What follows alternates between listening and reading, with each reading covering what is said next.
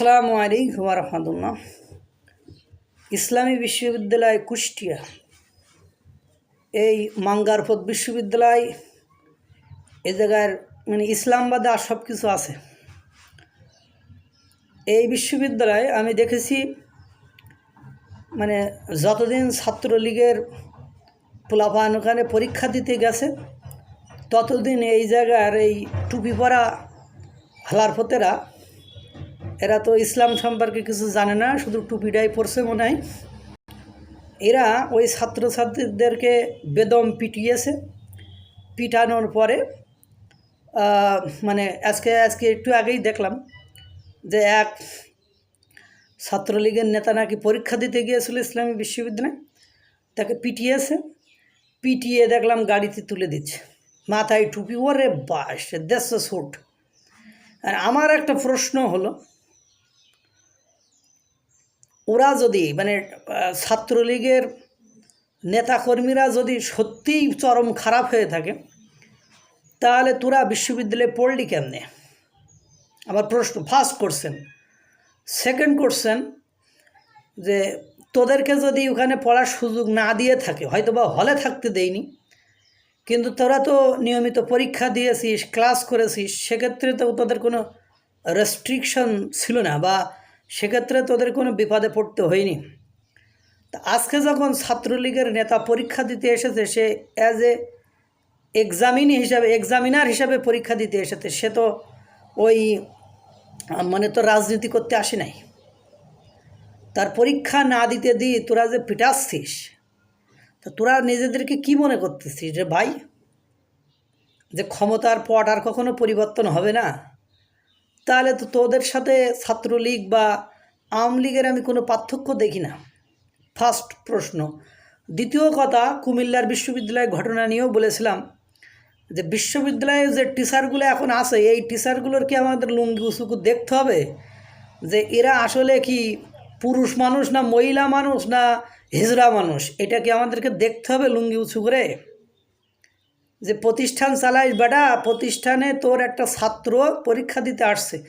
আমার প্রশ্ন হলো, তোরা যদি না চাস যে ছাত্রলীগরা পড়ালেখা করতে পারবে না, তাহলে তোরা প্রশাসনের কাছে বল, বা প্রশাসন ডিক্লেয়ার করে দে যেন ছাত্রলীগের কেউ পরীক্ষা দিতে না আসে।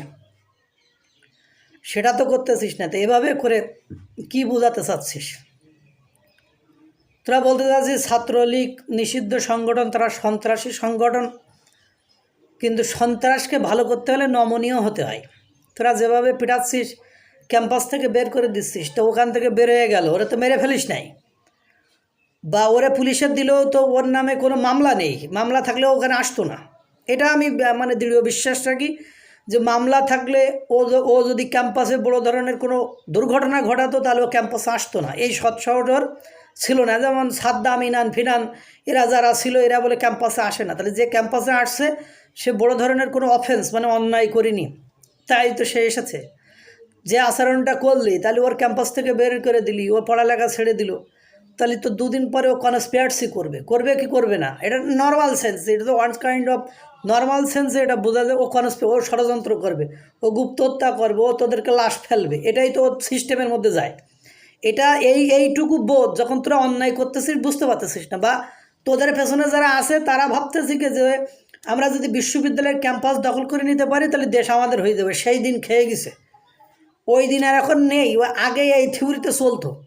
বিশ্ববিদ্যালয়ের একটা মর্যাদা ছিল, বিশ্ববিদ্যালয়ের ছাত্ররা ওই ক্ষেত্রে একটা গুরুত্বপূর্ণ ভূমিকা পালন করে। কোন ক্ষেত্রে জানো? সেক্ষেত্রে হলো সরকার পতনের ক্ষেত্রে তারা একটা গুরুত্বপূর্ণ ভূমিকা পালন করে।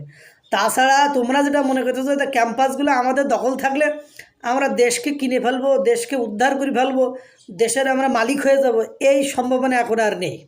কারণ জাতি এখন বুঝতে পারি যে সাধারণ স্টুডেন্ট কারা, তারা অসাধারণ। যারা দল গঠনের আগে ভাগাভাগি বা নিয়ে মারামারি করে কাটাকাটি করে মানে হাসপাতালে পাঠানো শুরু করেছে নিজেদের মধ্যে, এরা যে ইন ফিউচারে ভবিষ্যতে কী করবে জনগণ এটা এখন বুঝতে পেরেছে। কিন্তু কথা হলো, বিভিন্ন বিশ্ববিদ্যালয়ে ছাত্রলীগের ছেলেমেয়েরা, এর আগে মুন্সিগঞ্জে একবার হয়েছে, ইবিতে এর আগে 2 থেকে 3 বার এই ঘটনা ঘটেছে, আজকে আবার ঘটনাটা ঘটাইলা। তাহলে এরা কি বাড়ি যে আঙুল ছুঁসবে, না বসে থাকবে, না তোমার অশান্ত পরিবেশ করে আর আরেকটা কথা যে তোমরা এরা যখন আগে ক্ষমতায় ছিল তোমাদের কি কোনোদিন এভাবে মেরে পরীক্ষার হল থেকে মেরে বের করে দিয়েছে এরকম ঘটনা আমার জীবনে আমি কখনো দেখিনি। আমিও একজন বিশ্ববিদ্যালয়ের ছাত্র ছিলাম। কাজটা বাবারা ঠিক করছো না, তোমাদেরকে যারা ইন্ধন দিচ্ছে তোমরা যে গতিতে চলতেছো এই গতি আসলে ঠিক নয়। তোমরা বুঝবা, ওই যে যখন বুঝবা তখন তোমাদের উপায় থাকবে না। বলে রাখলাম, এভাবে করে আমার এই ভিডিও যদি তোমরা দেখে থাকো তোমরা একটু লোকদেরকে তোমাদের স্টুডেন্টদেরকে জানিয়ে দিল কাজটা তোমরা ঠিক করছো না। তোমরা যে ভুল করছো এই ভুলটারে ভুল বলার মতো লোক নেই, কারণ তোমরা ইউজড হইতেছো, তোমরা ব্যবহৃত হতেছো, কিন্তু তোমাদের ফিউচার কিন্তু খারাপের দিকেই যাবে। আল্লাহ তাআলা সকলকে ভালো রাখুক, সুস্থ রাখুক। আসসালামু আলাইকুম ওয়া রাহমাতুল্লাহ।